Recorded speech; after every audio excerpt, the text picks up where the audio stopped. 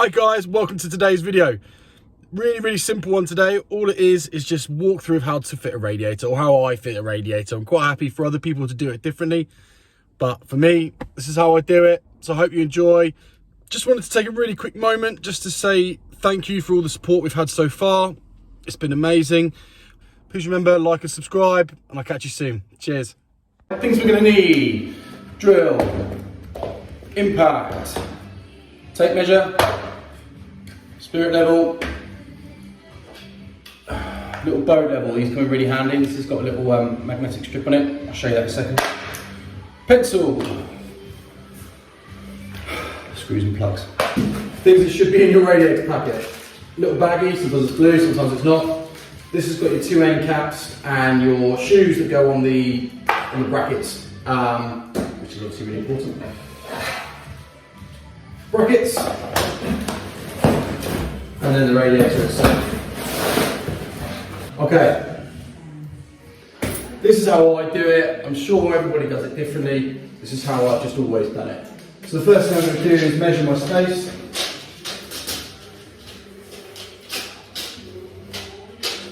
Which is 1680 or 168 centimetres if you want.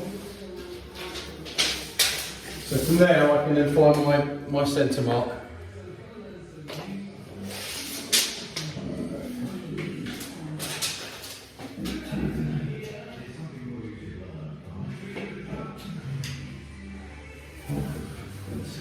So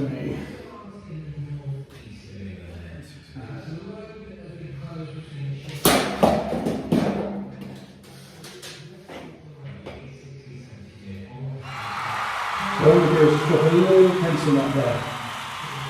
But it's out of sight, no one's going to see that anyway. It's a pencil, so I can always rub out marks later.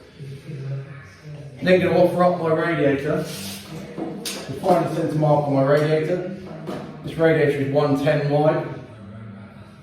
So I need to line up 55 as best I can with that mark, which I had a pretty good guess to start with.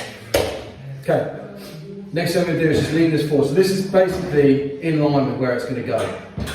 I can lean it forward and I can see where my brackets are on the back here.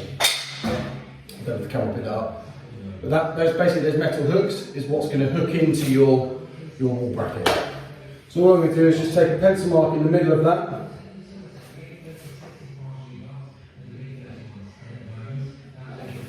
And now I know the line that my wall brackets need to go on. Okay? I've always found this easier than measuring and drawing those lines and the rest of it. But if you find that easier, go for it. At the end of the day, if they're in the right place and they're plumb, level, happy days. Next thing I've got to do is work out my height. Now this is where it's going to be a bit of a challenge, because to clear the skirting board, we're going to have to run pretty high. So probably going to leave about 20 mil from the windowsill to the top of the radiator, which is very tight. But what I can do, unwrap the wall brackets.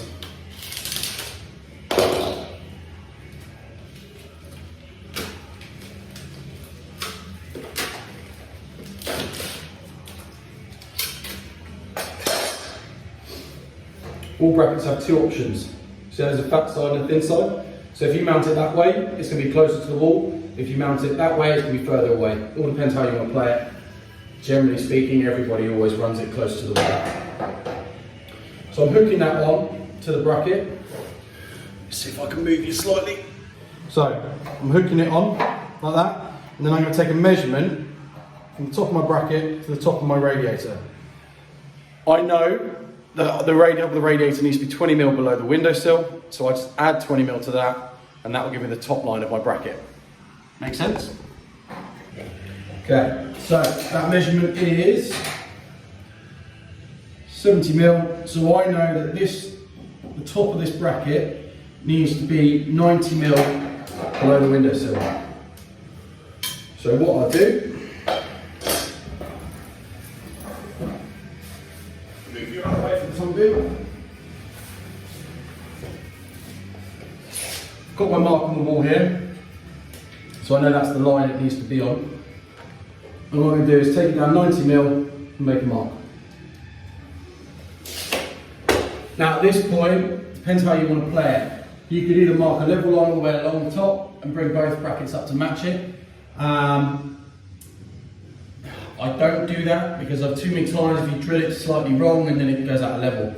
So what I tend to do is put my boat level, see how it sticks. I know I've got my mark there, I know that's the top of my bracket, get it plumb. Right, now what I'm going to do is mark both sets of holes. It's going to help you later when you're trying to line it up.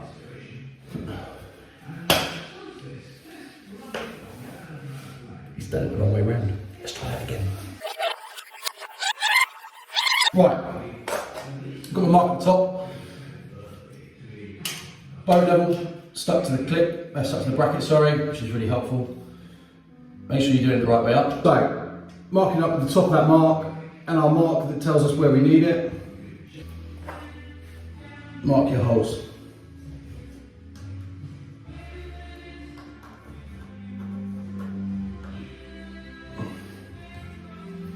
Bear in mind, this bit that sticks out, that's what the radiator hooks onto, so that line needs to be in line with your original mark.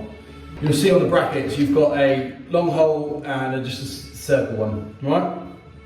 What I tend to do is the top one I do is the circle, and then the bottom one I do in the middle of that line. What that allows me to do is that if I at any point need to push it up or down 2 or 3 mil, I can do that. If you're doing both of the circles, you're pretty much snookered.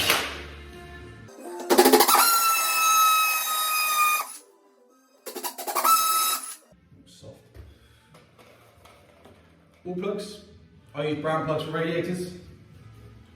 To be fair, I use brown plugs for pretty much everything, so that goes in there.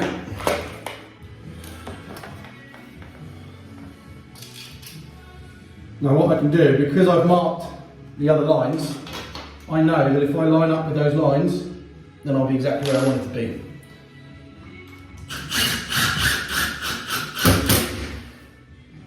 Run one in.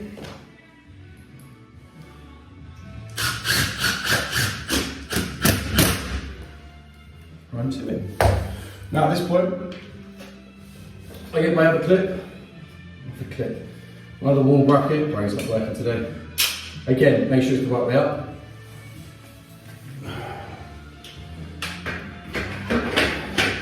Sit the other level on top, and then get it level. Got my other line, so I know where it needs to go. Get it plumb. Mark your holes.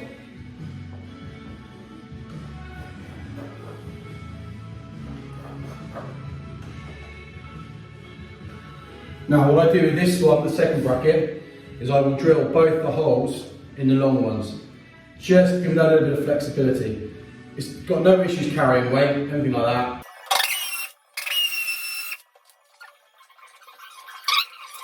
Just start first screw up so it just bites, don't hammer it all the way home. And then I can check my levels too.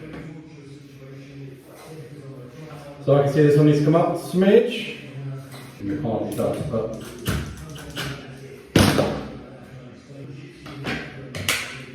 no, run that one home.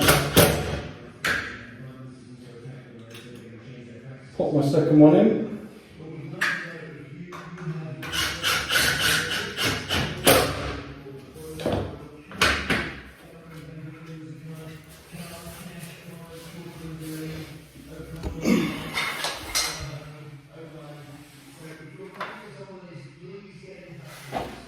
Happy days. So, now I know they're level, there's absolutely no reason why the radiator shouldn't be in itself. So, last thing we do before the rad goes on.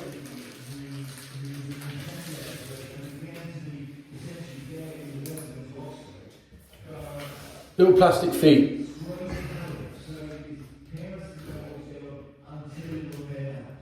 one at the top, one at the bottom. Now these are important because they're going to stop the radiator rattling. If you've got a radiator rattling at home, you probably haven't got these in, or it's been installed badly. The other thing that goes in that blue bag, little blanking cap, and your bleed vent. It should come with every rad. Right.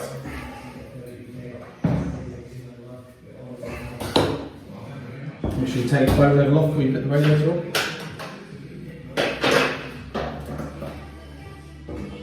Now we just hope that I've left enough space. So you can see it's pretty tight up there. Bear in mind that these rads have to go up to sit down. So you can't run that dead flush. You're going to need at least 10 or so mil just to get the radiator actually in. But as you can see, nice and level. Food for thought. Window sills aren't always level. So it's always worth a conversation with the customer to say, look, I've hung the rad level. It doesn't look it, but it is. That's because your window sill's not in level. And then ask them what they want. You can get away with a little bit of out of level, sorry. If you're gonna do that, make sure your bleed vent is at the high point of the radiator. For obvious reasons, you need to get rid of that air. But on the whole, that looks quite tidy there, it's in the middle. If this is a little bit off, what you can do is they will have a little bit of slide in it. So you can slide them left and right a little bit. But now all I've got to do is valve it up and somehow get pipes between that and the skirting board. I like to make life easy for myself. I'll catch up with you soon.